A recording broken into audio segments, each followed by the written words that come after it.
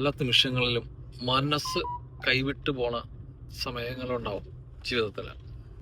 പല പല ഘട്ടങ്ങളിൽ നമ്മൾ മനുഷ്യജന്മം എടുത്താൽ പല വിധത്തിലുള്ള ദുരിതങ്ങളും ദുഃഖങ്ങളും എല്ലാം അനുഭവിച്ച് വേണം നമുക്ക് മുന്നോട്ട് പോകാൻ. അത് നമ്മുടെ കർമ്മഫലങ്ങളും ദശാദോഷങ്ങളും ഇതൊക്കെ ഇതിൻ്റെ ഒരു ഭാഗമായിട്ട് നമ്മൾ അനുഭവിച്ചേ പറ്റുള്ളൂ. അപ്പോൾ ഇതിനുള്ളിൽ വലിയവനോ ചെറിയവനോ ഇല്ല. സാഹചര്യങ്ങൾക്കനുസരിച്ച് അങ്ങനെയാണ് ഈ മനുഷ്യജന്മം ചിട്ടപ്പെടുത്തിയിരിക്കുന്നത്. മനുഷ്യജന്മത്തെക്കുറിച്ച് പറയുന്നത് നമ്മൾ ഇരിക്കുന്ന ഒരു 4 കാലുള്ള ഒരു കസേരയിലാണ് അവർ. ആ ഒരു കസേര എങ്ങനെയാണ് നിർമ്മിച്ചിരിക്കുന്നത്? നമ്മളുടെ കർമ്മം, ഒരു കാല് കർമ്മമാണ്, മുൻകാല കർമ്മങ്ങളാന്ന് നോക്കാം. പിന്നെ ഒരു കാലം എന്ന് പറഞ്ഞാൽ നമ്മുടെ പൂർവികരുടെ ദോഷങ്ങളും അങ്ങനെയുള്ള കാര്യങ്ങളൊക്കെ ആയിട്ട് ബന്ധപ്പെട്ടിരിക്കും.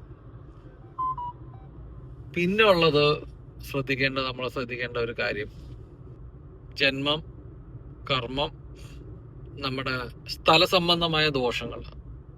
ഇതെല്ലാം നമ്മളെ ബാധിക്കും. നമ്മൾ താമസിക്കുന്നതും നമ്മളെ ജോലി സംബന്ധമായിട്ടും എല്ലാം നമുക്കത് ബാധിക്കും. അങ്ങനെയുള്ള സാഹചര്യത്തിൽ നമുക്ക് എന്താണ് ചെയ്യേണ്ടത്, എങ്ങനെയാണ് മുരുകനെ വിളിക്കേണ്ടത്, ഇതൊക്കെ നമുക്കൊന്ന് ശ്രമിച്ചു നോക്കാം, നമുക്കൊന്ന് പ്രാർത്ഥിച്ചു നോക്കാം. അതിൻ്റെ ഉള്ളില് അതിശയകരമായ സംഭവങ്ങളിൽ നടക്കുന്നതെന്ന് വെച്ചാല്, നമ്മുടെ വീഡിയോ കണ്ടിട്ട് വേൾഡിന്റെ പല ഭാഗത്തുനിന്നും വിളി വരുന്നുണ്ട്, സംസാരിക്കുന്നുണ്ട്. അതിൻ്റെ ഉള്ളില് എനിക്ക് അത്ഭുതം തോന്നിയൊരു കാര്യമുണ്ട്. നമ്മളെല്ലാവരും പറയുമല്ലോ, ക്രിസ്ത്യൻസ് മുരുകനെ ഭയങ്കരമായിട്ട് ആരാധിച്ചിട്ട് അതിന്റെ ഫോട്ടോയും അവർക്ക് ഉള്ളിൻ്റെ ഉള്ളിലുണ്ടാവണം, അവർക്ക് ആരാധിക്കുന്നുണ്ട്. ഒരു മുസ്ലിം യുവതി ഭയങ്കര മുരുകന്റെ ഭക്തയാണ്. എനിക്ക് അത്ഭുതം തോന്നുന്നു, എങ്ങനെയാണ് ഇതൊക്കെ സംഭവിക്കുന്നത്? അവർക്കൊരു ചിട്ടയായ ജീവിതത്തിൽ അതാണ് മുൻകാല ജന്മങ്ങളിൽ അവർ ആരാധിച്ചിരുന്നതാണ്, മുരുകനെ ആരാധിച്ചിരുന്നതാണ്. അവർ അതിന്റെ കണ്ടിന്യൂഷൻ ആയിട്ട് ഇവിടെ വരുമ്പോൾ റീബർത്തിൽ ഓട്ടോമാറ്റിക് അവർ അതിൽ വരും. അതിൽ വന്ന് ആ ഒരു എന്താ പറയാ, ആ ഒരു മുരുകനോടുള്ള ലയിച്ചു വേണം അവര് പോവുക. അതുകൊണ്ട് നമുക്ക് ഒരുപാടുണ്ട്. ഞാൻ പറഞ്ഞല്ലോ, നമ്മുടെ തടസ്സങ്ങൾ ഉണ്ടാക്കുന്ന 4 കാലുകളെ കുറിച്ച് പറഞ്ഞു. പലപ്പോഴായിട്ട് നമ്മളെ കർമ്മദോഷങ്ങളായിട്ടൊക്കെ വന്ന സാധനം എല്ലാ പ്രോബ്ലംസും നമുക്ക് സൊല്യൂഷൻ ഉണ്ടാക്കാനായിട്ട് നമുക്ക് പറ്റുന്നത് ഒരു മന്ത്രമുണ്ട്. നമ്മൾ ആചരിക്കുന്ന എല്ലാ കാര്യങ്ങളും, നമ്മൾ ഈ ലോകത്ത് ഏത് അമ്പലത്തിലോ മുസ്ലിം പള്ളിയിലോ ക്രിസ്ത്യൻ പള്ളിയിലോ എവിടെ നമ്മൾ ചെന്നാലും നമ്മുടെ പ്രശ്നത്തിൽ നിന്ന് ഒരു സിംഗിൾ പോയിന്റിൽ പരിഹാരം പെട്ടെന്ന് തന്നെ സ്വിച്ച് ഇട്ട പോലെ പരിഹാരം ഉണ്ടാവുന്ന ആരും ചിന്തിക്കരുത്. അങ്ങനെ ചിന്തിക്കുകയോ അങ്ങനെ പോവുകയോ ചെയ്ത് അത് സ്വിച്ച് ഇട്ട പോലെ. അതിപ്പോ ഞാനിപ്പോ എവിടെ ചെന്നാലും അതിന് നമുക്ക് സമയമെടുക്കും, സമർപ്പണത്തിന് സമയമെടുക്കും. ക്ഷമ, വിശ്വാസം, കൃത്യമായ ചിട്ടയായ വിശ്വാസം, ഇതുണ്ടെങ്കിൽ മാത്രമേ നമുക്ക് നമ്മുടെ ഈ കാര്യങ്ങളെല്ലാം നടന്നു പോവുള്ളൂ, അദ്ദേഹത്തിലായിട്ട് അടുക്കാൻ പറ്റുള്ളൂ. അല്ല, ചിലവർ എന്നോട് പറയാറുണ്ട്, ഞാനൊരു മുരുകന്റെ ഒരു ഫോട്ടോ ഉണ്ടോന്ന് ചോദിച്ചപ്പോ അവര് പൈസ ഒക്കെ ഉള്ള വലിയ വീട്ടിലുള്ളതാണ്. പക്ഷെ എനിക്ക് അയച്ചു തന്നൊരു ഫോട്ടോ എന്ന് വെച്ചാൽ ഒരു പേപ്പറിന്റെ മുരുകന്റെ ഒരു ഫോട്ടോ എടുത്തിട്ട് ആ ഒരു ഫോട്ടോ എടുത്തിട്ട് അതൊരു പൈപ്പിന്റെ ഇടയിൽ വെച്ചിട്ട് ഇതാണ് ഞങ്ങൾ പൂജിക്കുന്നത്. അങ്ങനെയല്ല അതിന് വേണ്ടത്.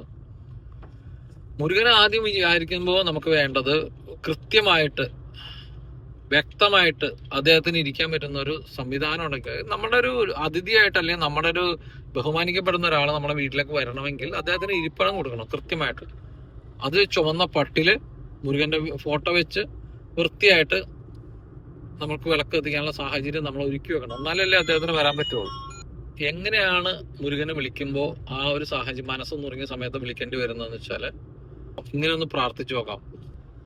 അന്യഥാ ശരണം നാസ്തി ത്വമേവ ശരണം മമ തസ്മൈ കാരുണ്യഭാവേന രക്ഷ മുരുകേശ്വര. ഈ മന്ത്രം മനമുരുകി മുരുകന്റെ മുമ്പിൽ അർപ്പിച്ചു കഴിഞ്ഞാൽ അതിന്റെ അർത്ഥം ഇതിങ്ങനെയാണ്: അല്ലയോ മുരുക, സാക്ഷാൽ രാജാതിരാജനായ മുരുക, അങ്ങേ തസ്മൈ കാരുണ്യ ഭാവേന, കാരുണ്യത്തോടുകൂടി നീ എന്നെ നോക്കണേ.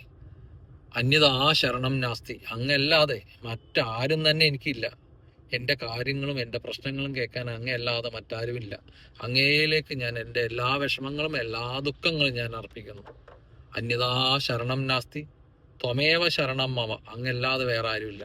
തസ്മൈ കാരുണ്യ ഭാവേന, കാരുണ്യത്തോടുകൂടി എന്നെ നോക്കണേ. രക്ഷ രക്ഷ മുരുകേശ്വര, മുരുകൻ തന്നെയാണ് എനിക്ക് തുണ. ഈ കാലഘട്ടത്തിന്റെ, ഈ യുഗത്തിന്റെ അധിപതിയായ മുരുക, അല്ലയോ മുരുക, എൻ്റെ ഈ പ്രാർത്ഥന കേൾക്കണേ എന്നൊന്ന് വളരെ മനമുരുകി ഒന്ന് വിളിച്ചു നോക്കൂ. ഇതിനൊരു ഉത്തരം അദ്ദേഹം തന്നിരിക്കും. ഇത് മുരുകനോടുള്ള വിശ്വാസമുള്ള എല്ലാവർക്കും അനുഭവപ്പെട്ടിട്ടുള്ളതാണ്. ഓം ശരവണ ഭവായ.